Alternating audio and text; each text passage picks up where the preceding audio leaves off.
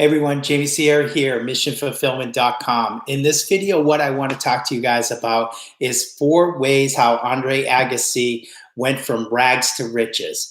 And the reason I want to talk to you guys about it now is that Roland Garros, the French Open, is coming up. It also happens to be the 20th anniversary of Andre Agassi's 1999 French Open Championship, the year he won the French Open title.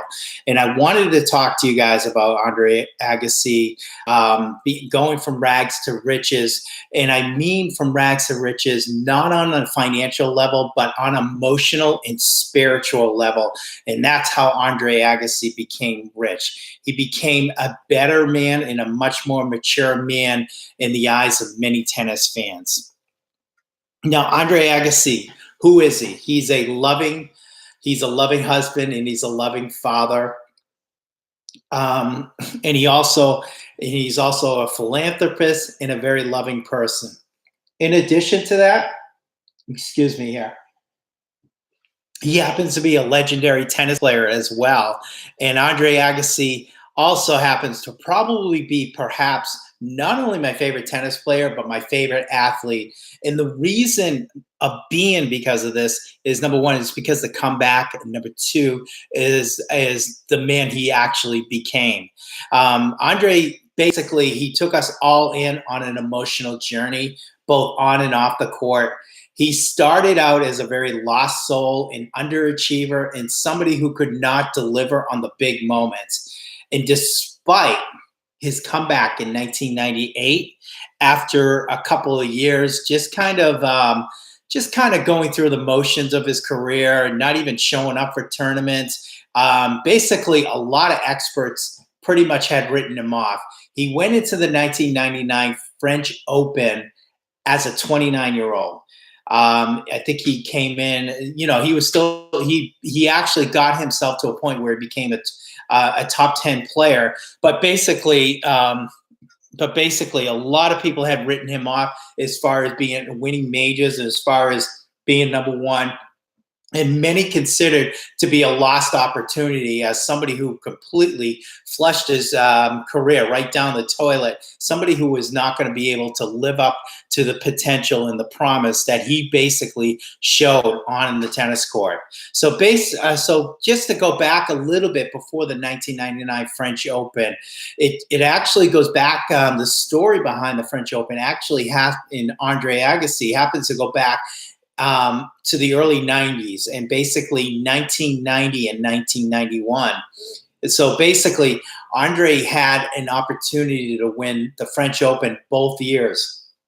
In 1990, he came into the French Open final, had a very good tournament. He came into the French Open final as the favorite, and he ended up losing that match very easily.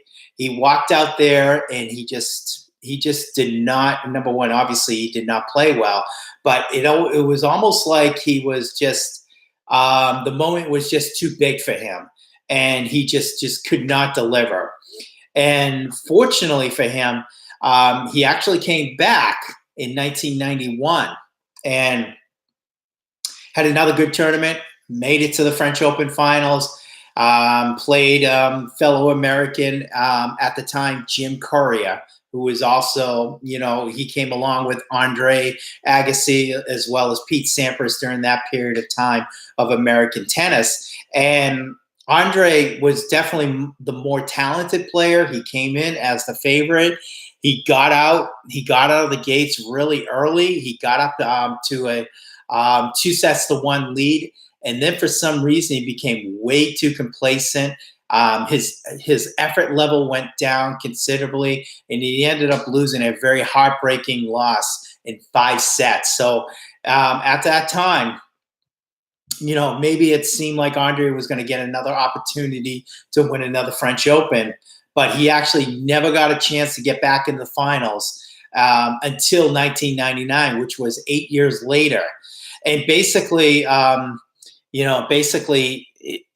was interesting, French Open, because number one, he almost couldn't play the French Open. He almost didn't because of an injury, and his coach Brad Gilbert was able to talk him into playing, making sure that he go to the 1999 French Open. He continued to encourage him, continue to coach him.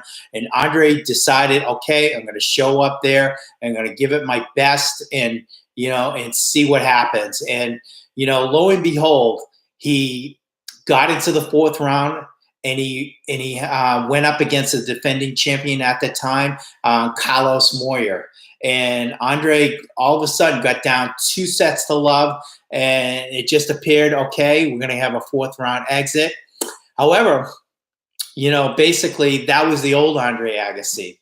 The new Andre Agassi decided, okay, what can I do to get myself back into this match? What can I do to throw him off balance? And so what Andre actually decided to do, he changed his approach and he gave Carlos Moyer a different look. He started to serve in volley, which was not his bread and butter tennis game. And lo and behold, he fought hard. He gutted it out. He got it to the fifth set, and somehow he prevailed in 5 sets over the defending champion. It was just such a monster effort from a guy who's basically wasn't known, to have that killer instinct, to have that competitive fire. And then all of a sudden he just put together an amazing match, and definitely obviously rode that momentum. And the other thing too, after that fourth round, he had a couple other tough matches, but he did manage to get into the finals for the first time in 8 years. And he happened to play Andrei Medvedev of the Ukraine. And Andrei Medvedev was a very good clay court tennis player. He actually ended up beating the 1997 French Open champion at that time, which was 2 years earlier at that time, Gustavo Kuerten, in the semifinals to draw a berth in the final to face Agassi. And here's the thing, and I remember watching this match. I remember what I was doing that particular day, and I was somewhat of a tennis fan. I knew everything that was going on, especially when a major came around. But tennis was something I'd usually watch if there was nothing really going on elsewise. And so it was just so interesting because I remember Andre going down 2 sets. I turned on the TV and I found out that he was down 2-0. And basically Andre was pretty much showed up the way he showed up as the 1990 French Open, as well as the later sets in the 1991 French Open. He was completely a deer in headlights. The conditions going out were not great, were not ideal, and he really, really got affected by that. And all of a sudden, he found himself down 2-0, and it just appeared to be over. It really did. However, Andre, for somehow, some way, he was able to maintain his composure, relax a little bit more, realize that he was in the match, and into the match, and then all of a sudden, he found himself taking 1 step at a time. And like he did against Carlos Moyer, he mixed it up a little bit. Yeah, he came in and served in volley, but he really, truly played his game. He ended up getting the 3rd set. And I realized at that particular time, and I had plans to go out, I remember, I'm not going out. I got to see this through. And I felt at that particular time, when he grabbed that 3rd set, I really felt something special was going to happen. And it truly did. And the French Open crowd got behind an American like I've never seen or heard of ever before. It was truly, truly a remarkable last 2 sets for Agassi, because I believe all his demons, all his lackluster play, all his frustrations, and all his sadness and all his agony came out in those last 2 sets. And he overcome all of them. He stepped up. He took the ball. He took the game. He took the ball out of. He took Medvedev's racket out of his hand and just completely outplayed him the last two sets. And when the fifth set came, he got an early break, and all he needed to do was hold serve. And he actually had an opportunity to win the match on Medvedev's serve. I think he had 5-set points. He missed all 5-set points, but he had a chance to serve for the match. And all of a sudden, he got up 40-15. And then all of a sudden, he serves for 40-15.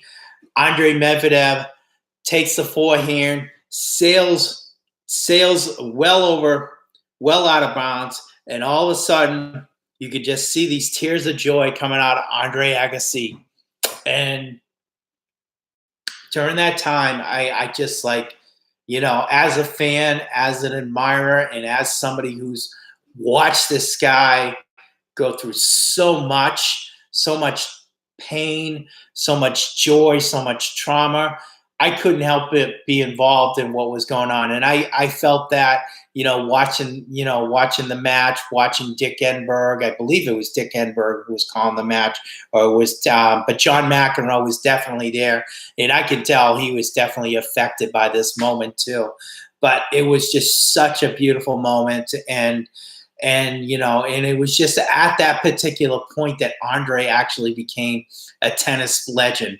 More than that, he actually since then, and that during that short period of time, his tennis success continued to grow. He stayed fit and committed to the game until he retired. He never let himself go. But it was off the court too, what he was able to accomplish as well. Number one, he met his soulmate in Steffi Graf. He didn't knew who she was, but they both fell in love pretty much shortly after that 1999 French Open win. And he also opened up the Andre Agassi College Preparatory Academy, a school that was built and funded pretty much by him and fundraisers, and a little bit of the state of Nevada or the city of Las Vegas too. I think it was a little subsidized, but basically he opened up his whole college preparatory academy for children who just basically did not get the opportunity for a great education. And I'll explain. Basically in the 4 ways of how Andre got rich, on basically why he did this. But after being down and out 2 years earlier, back in 1997, where it just didn't look like he was ever going to play again, and he was really suffering at the time. And then he became number 1 tennis player in the world, and definitely finished in 1999 as the number 1 player in the world, and basically became the Zen master on and off the court. And he really lived a very holistic life, a very spiritual life, and basically he was able to turn his career around and turn his life around. So here is the 4 ways how Andre Agassi went from rags to riches. Number 1, Agassi found out his why and purpose in life. Agassi found himself playing tennis for a team and something that was much bigger than him. His purpose was to change and drastically improve the education system. He is taking education, elementary education, secondary education, high school education to a new level and to a new standard. And basically, these kids, from what these kids, all of them were admitted to college. All of them have gone on to college as well. I mean, it is truly amazing what he has been able to accomplish for these kids. It really is. So number 2, beside number 1, finding his why, number 2, Andre Agassi actually found a mentor. And better yet, words of wisdom. Basically, I think it was at the end of 1997, and and it was right after he had that heart-to-heart talk with his coach about getting back and committing himself to the game. He actually had the privilege to go to a charitable a tournament for charity in South Africa that Nelson Mandela was putting on. So Andre Agassi actually had the privilege to meet Nelson Mandela and actually had dinner with Nelson Mandela. And let me say, this particular meeting, this particular dinner, actually changed Andre Agassi's life forever. It really shaped him in a different way than it ever has before. So basically, what I would love to do is share with you in Andre's autobiography. Here it is, Open. This book is a must read, and I will leave a link on Amazon for this book, because I've never read an autobiography by an athlete or a former athlete that has been more honest, that has been more transparent, that has been more heartbreaking, that has been more profound, and that has been more inspirational than this book, Open. And it is truly a very, very, I went through it. I read the book pretty much about a month after it was released. I think the book is almost 10 years old. It is just truly, truly a phenomenal autobiography. And I've never seen anything written like this as an athlete. But basically, what I want to share with you guys is, and if I can find it here, because I wrote it down here, is the words of wisdom that Nelson Mandela definitely shared with Agassi and talked to Andre about. And this is what Nelson Mandela happened to say. We must all care for one another, but we also must take care of ourselves, which means be careful in our decisions, careful in our relationships, careful in our statements. We need to live life carefully in order to avoid being victims. I feel he is speaking directly to me as if he's aware that I've been careless with my talent and my health. Truly, truly a remarkable statement, and truly words that obviously Andre really took to heart, went back home, went back to Vegas. And I think it was at the end of the year, 1997.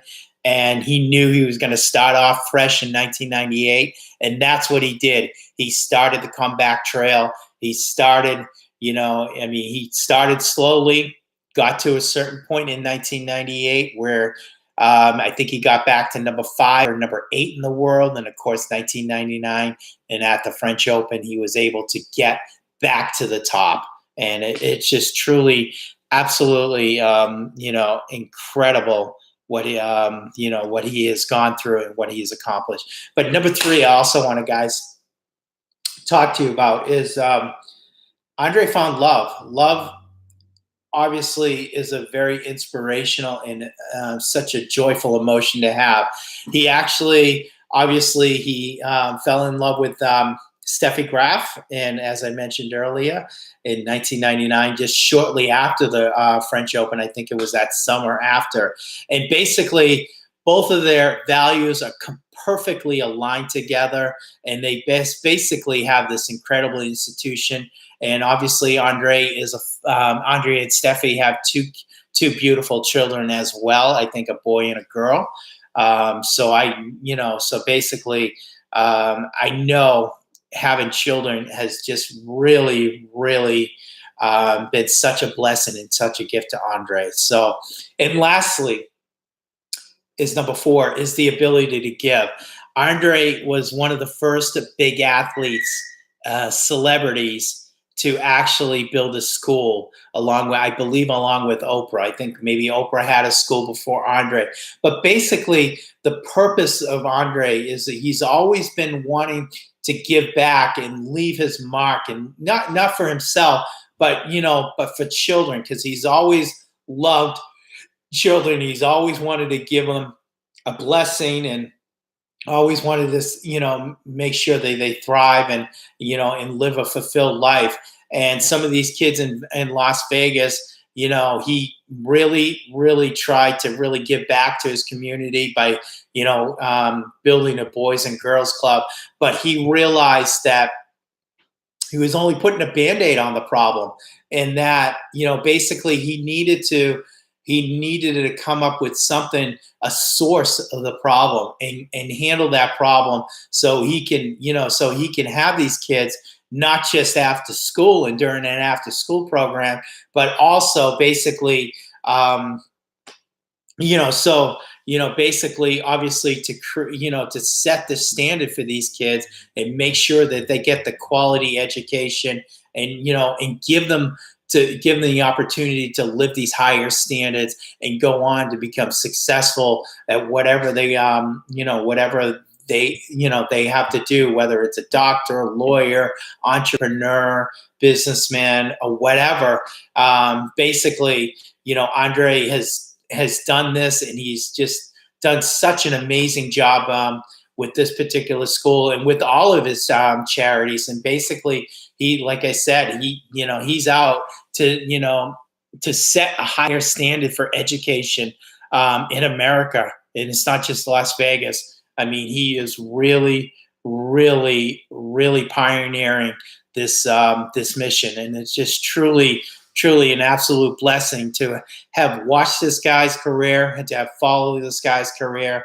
And, the other thing too, what I am going to do, as far as this video is concerned, I'm going to make sure that I make a donation to the Andre Agassi Foundation.